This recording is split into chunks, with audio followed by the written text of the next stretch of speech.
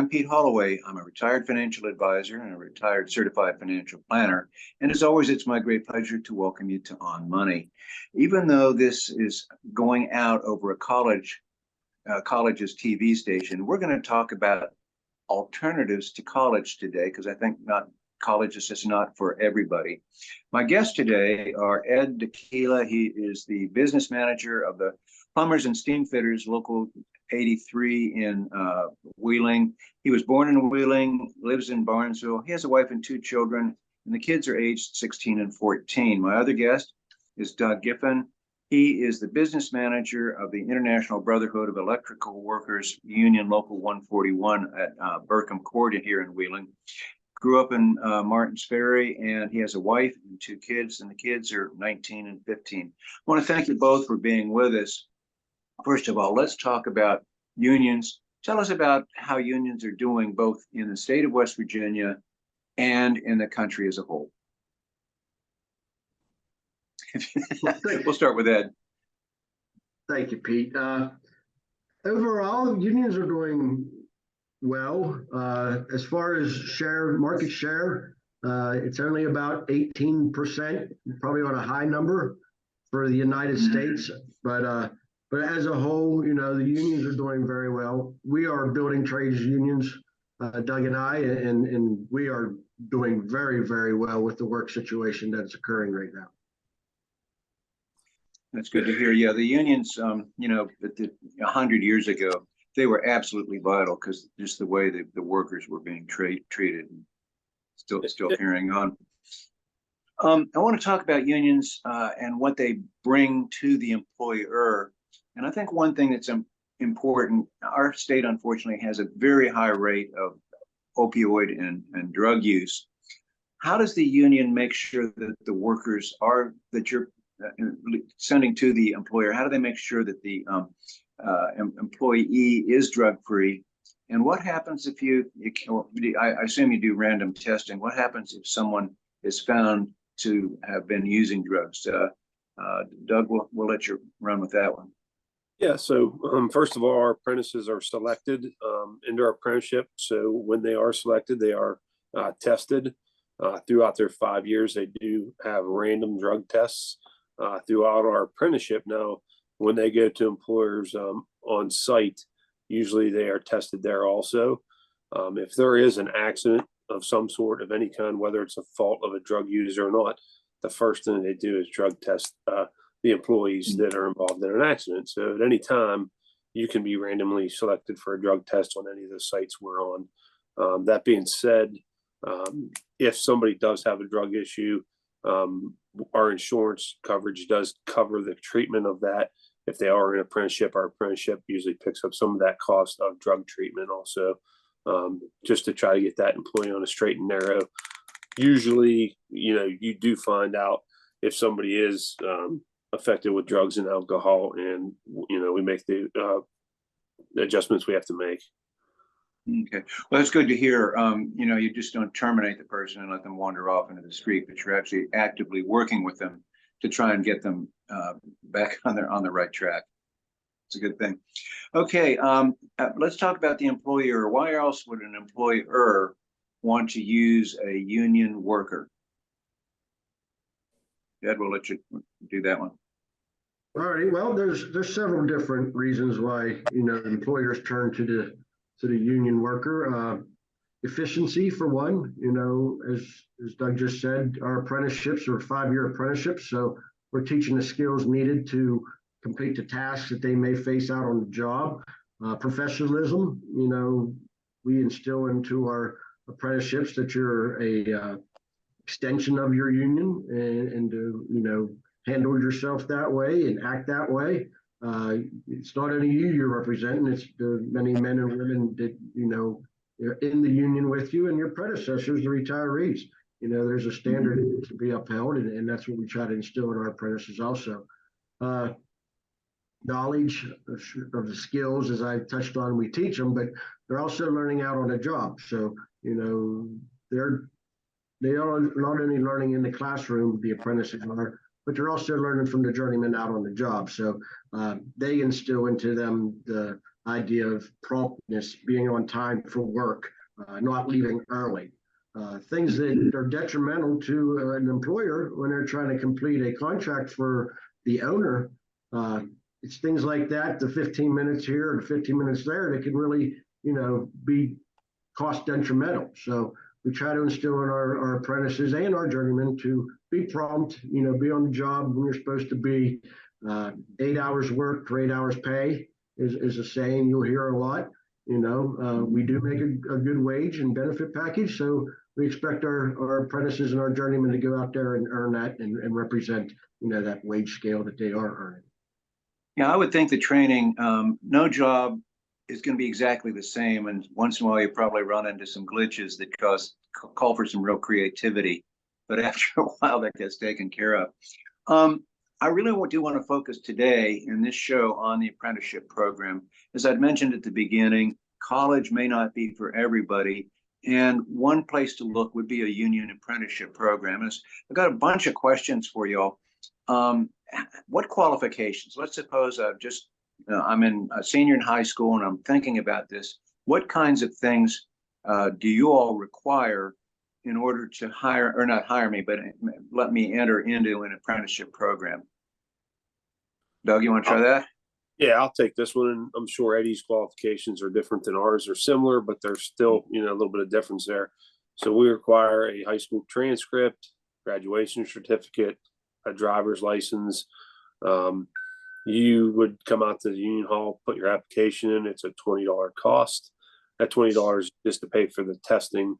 And, if you complete a packet with us, then you turn around and you go for a general test that we give. It's not given by us. That's why the $20 application fee. It's an outside testing unit. And once you pass that test or get a higher grade on that test, we bring you in for an interview. So there's not really a lot of, general qualifications are small when you consider a driver's license. We do require 1 year of college or high school algebra credit to get into our program. If you don't have that, we have other options. You can get online and take a course and submit that finished paperwork to us and still be able to get in. So yeah, pretty easy. How about physical qualifications? We don't have, you don't have to lift a weight weighing 50 pounds or anything like that, but no, we don't require any physical limitations. We do ask that, if you're applying for our trades, that you don't have a fear of heights or claustrophobia. Both of those things can limit the amount you can earn through us. Great. Ed, how about you? Is that about the same with y'all, or are there some other differences?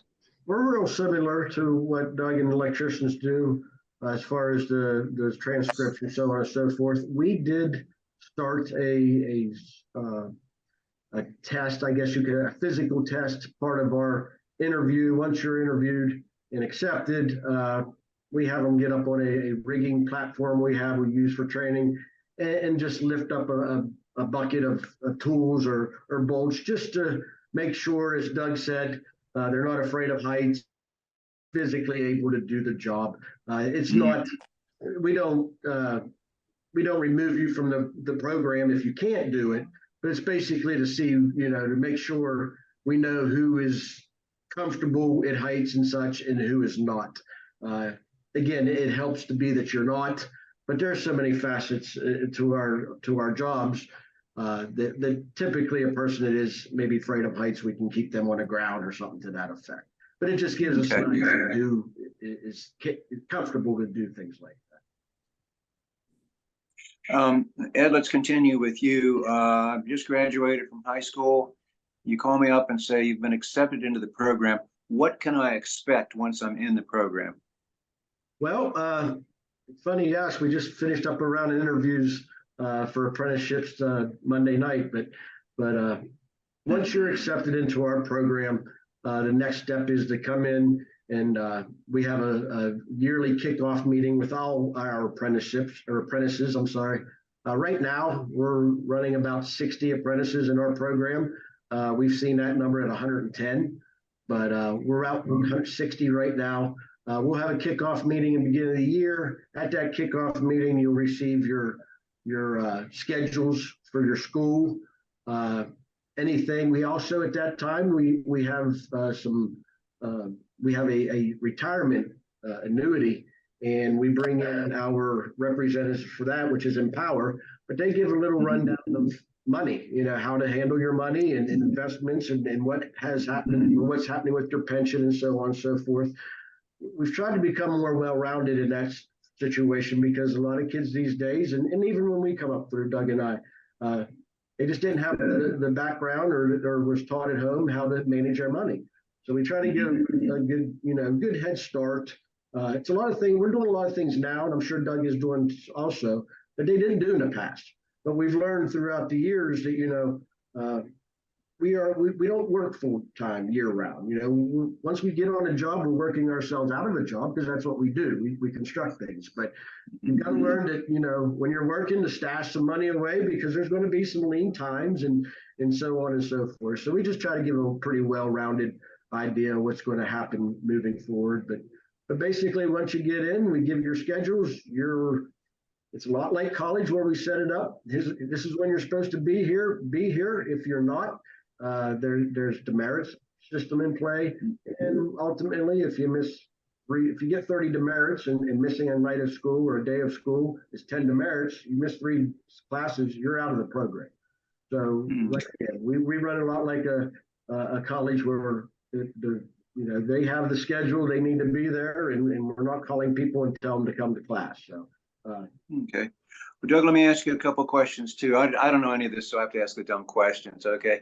You go to, you'll be assigned to a classroom, but I would think shortly after that, you'll be going out into the field with someone who's going to show you the ropes. Explain that process a little bit. How much time is spent in classroom and how much do you get out on the job? Yeah, actually, so we have class 2 nights a week. We have 4 classes that complete a 5-year program. Those classes are 3 hours a night. So we either send our students on Monday and Wednesday or the alternate, which is Tuesday and Thursday for their year of school. Once they go out on through and get selected in a program, we immediately try to find job placement for them. So they go out to work for one of our contractors. We have 6 signatory contractors in IBEW Local 141 here in Wheeling. They would go to they'd be assigned to one of the contractors, and they would be a new hire for that contractor. Now, that contractor normally puts first year apprentice with a seasoned journeyman that's going to teach them hand in hand what to do. The journeyman will assign them tasks, whether it's setting up ladders, carrying light fixtures, getting ready for a wire pull, to try to get them coaxed into doing a little bit of what a journeyman wireman would do. And as they go through 5 years of training, picking up the skills and setting things up and fetching the tools and materials that are needed on sites, they should be pretty apt to be able to be a journeyman wireman, along with the 5 years curriculum and training that the international hands down that we apply to our schooling. So yeah, you should be pretty seasoned at the end of it and be able to go anywhere in the country and be able to. I was just going to ask that question. I'm sorry, I cut you off. Yeah, I was just going to ask you that question. Let's suppose I've completed the training, and I could, if I wanted, move to Kansas with the certificate, and the people in Kansas would almost assume that I've had the training and would be a solid employee. Is that correct? Yes. Yeah, and Eddie's set up basically the same way we are. If your dues are paid up, you can travel across the country and hit other locals that have an abundance of work, and you'll be assigned out to a contractor that will give you a task to do on an electrical job. It doesn't matter where it's at, whether it's a commercial environment, a Kroger's or a gas station or something of that nature, or an industrial environment where they're pulling big wires, big motors, motor controls, all the stuff that's involved in processing and industrial, from gas and oil to coal burning power plants. All that stuff's included in our training so that you have a well-rounded education, and you should be confident with your skills to be able to go out and find that kind of work. That's great. Ed, now some other things union membership brings with you. Pension was mentioned. What other items are there? Medical benefits, or what are some of the benefits that you can get? Absolutely, like you just mentioned, we offer a defined benefit pension plan. We also offer a retirement annuity. So defined benefit plan is basically when you retire, you have a set amount of money that you get a month. The retirement annuity is just that, an annuity. So right now, our journeymen make when our journeymen are working, it's $8 an hour that goes into their retirement annuity. So whatever monies they build up over, their 30, 40, so on and so forth career, we have apprentices now starting if things are, start at 18 and you retire at 65, 62, somewhere in there, you could have upwards of $750,000, $1 million in your annuity alone. So that was another one. Health and welfare benefits, as you mentioned, is a very, strong benefit to have right now. The way the world's working and when it comes to medical, you better have some kind of health benefits or it could break bankruptcy pretty quickly if you don't. Besides all that, some other things that's offered is you have a death benefit. So if you pass away, a member passes away, his beneficiary will receive a death benefit from the local union itself and also the international normally. Our international offers a death benefit, plus our local union offers a death benefit. So that's another, avenue of something that you can receive as being part of the union. We have a distressed members fund. So if you get hurt and you can't work, we have a fund that you can apply for and, show that you've been off work for over 60 days, and it's an $800 payment you can receive. And all these are funds that the members put money into. So we're all self-sufficient and we all pretty much self-fund our own programs. That's great. Yeah. Again, from my past, I've seen a number of union workers who have been diligent. That's the key word, but have been putting money away from age 18 on, and they got $1 million. I'm not making that up. So if all you have to do is be diligent and keep doing it. Doug, let's go back to money again. Ed, I want this one too from you. What kind of starting salary could someone who's just graduated from the apprenticeship program, and just a range too, because I know it depends. There are a lot of things going on, but what might be some ranges? So our members can make, it depends on how much they work. So if they're working 8 months a year, up to 12 months a year, they can make anywhere. And it depends on how many hours. So if you're working 40 hours, you're usually around $70,000 a year. If you're working a bunch of overtime, which you're completely putting your life on hold, you could probably make a little over $100,000 a year. And when I say that, that is including healthcare benefits are in that calculation along with pension money. And so a lot of people that you go to work for that provide that, they honestly, don't see those benefits adding an additional onto their money. But you can make really good money in the trades depending on how much time you want to spend on it. And our members do work a good bit throughout the year, so they do enjoy all the benefits that are there. Ed, are the numbers about the same? Yeah. For the plumbers and steamfitters, basically a first-year apprentice. We base our apprenticeship, what they're paid, off our journeyman scale. So a brand new apprentice would come in at 45% of the journeyman scale. And we have a split scale, and there's a commercial scale and there's an industrial scale, a building trade scale. So on the commercial scale, starting out as a first year apprentice, brand new, you're making roughly $18 an hour, or slightly less, 17 to 18. And then if you start out on an industrial site, you're upwards of $20, $21 an hour. So there's a little difference there. When it comes to the journeyman, it's about a $5 difference between the commercial scale and the industrial scale, but for the most part, we're right along with Doug. You work 40 hours a week on a commercial job per se, or even an industrial job, you're around that $80,000 mark. But a lot of these industrial jobs, especially, require a lot of overtime. With this gas and oil in town, it needs built yesterday. So a lot of our members are working 610s, 710s, sometimes 712s. They're not making money unless their units and their fracs and so on and so forth are online. So when they start, it's usually full force, wide open 610s for could be 6-8 months to get the project completed. Yeah, one other thing, again, this is a college station, but one thing that has not been brought up yet is that your workers don't have college debt. They're not looking at $20,000, $50,000 that they've got to pay off over their lifetime. And are the apprentices paid from day one or from third year? So that one other difference would be if you go to college, you're not getting paid. But are the apprentices paid? Yes, they are, and it's likewise in the electricians union and the other building trades unions. But we call it earn as you learn. When you go to work, when you become an apprenticeship or get into our apprenticeship, of course we try to place you in a job as quickly as possible. But at that point in time, you're still required to go to your schooling. Regardless if you have a job or not, you still have to go to your schooling.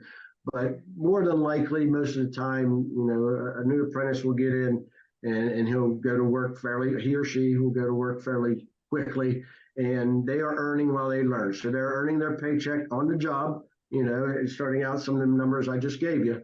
But they're also not incurring any debt because our programs, and we're all pretty much the same, we are all self-funded again. So while we're set up for every hour of work, a journeyman puts 75 cents off his check into our WJAC, which is our training side of things for Local 83.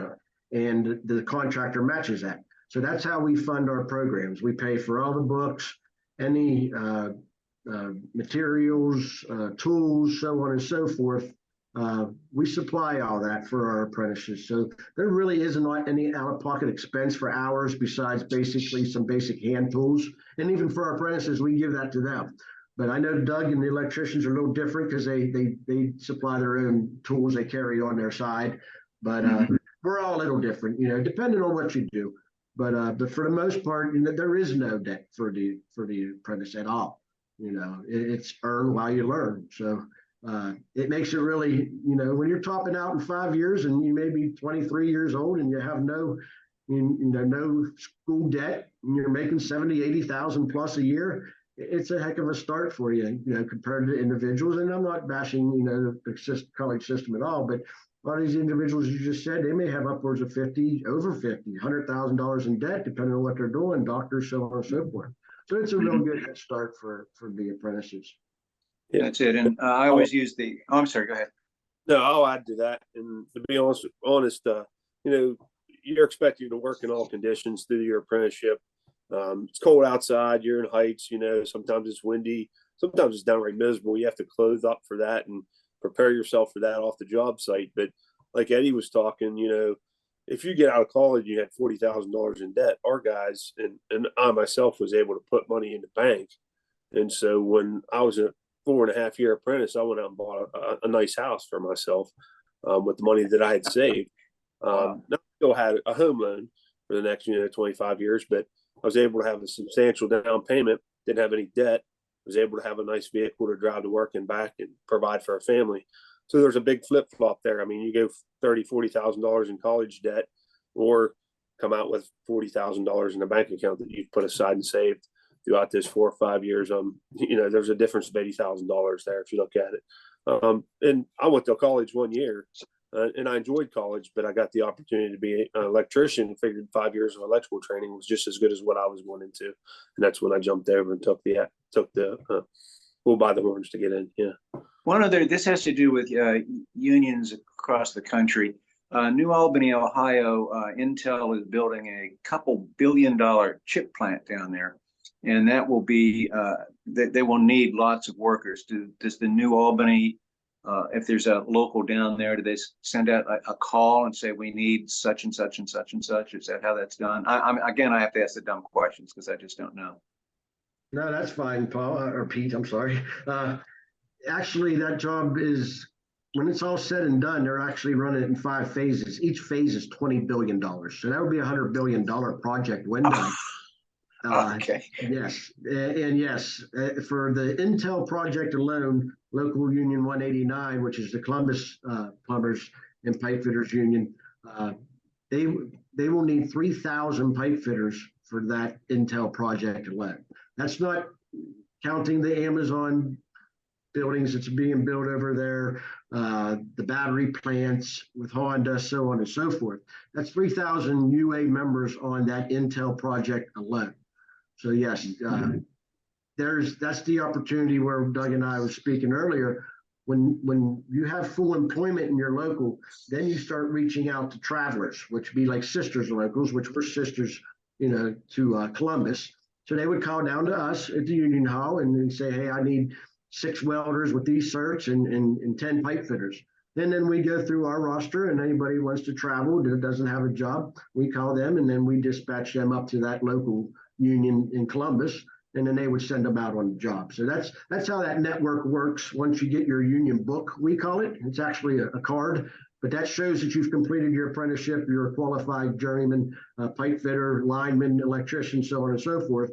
And that allows you to boom out, as we call it, to different locals and go have the opportunity to make a lot of money. Yes. Are you living at home? No. I mean, that's one of the detriments, but you're out there working 6-7 days a week, making a lot of money and sending it back home to your family. So there's pluses and minuses to it all. The money's great, but sometimes I traveled a lot when I was coming through my apprenticeship and my career before I got elected into the office as business manager. I made a lot of money and I supported my family and gave them things that maybe I didn't have when I was growing up. There's a lot of times I wasn't home either. So, there's a good part of it and a bad part of it, but yes, there's a significant amount of money going to be spent in the Columbus, New Albany area here in the next. Well, I don't mean to, I'm sorry, I keep cutting people off. That New Albany project, it's not just going to be that plant. There are going to be other things around it, one way or another. So it's going to be impacting us here in Wheeling, which is pretty exciting. Absolutely. So, the ancillaries that will come, to support that project and support that entity that Intel's building, that's all job opportunities also.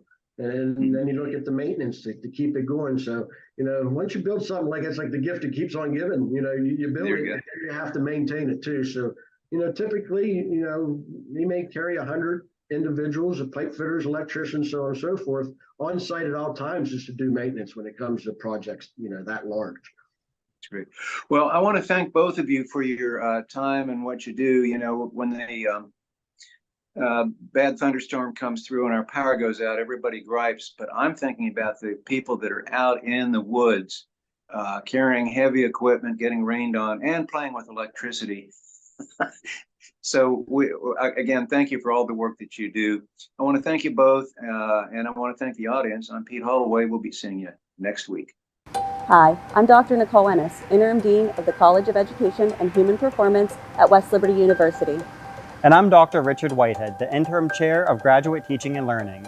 The moment the community and region has been waiting years for has finally arrived.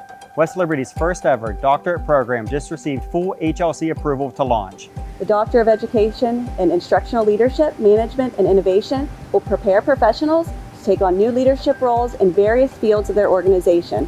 We are officially accepting applications for the first cohort to begin in late September, with annual cohorts starting yearly in May. If you're ready to start your doctorate in education, now's the time. The next chapter of your life can start in 3 years. Visit westliberty.edu/EDD to get started today.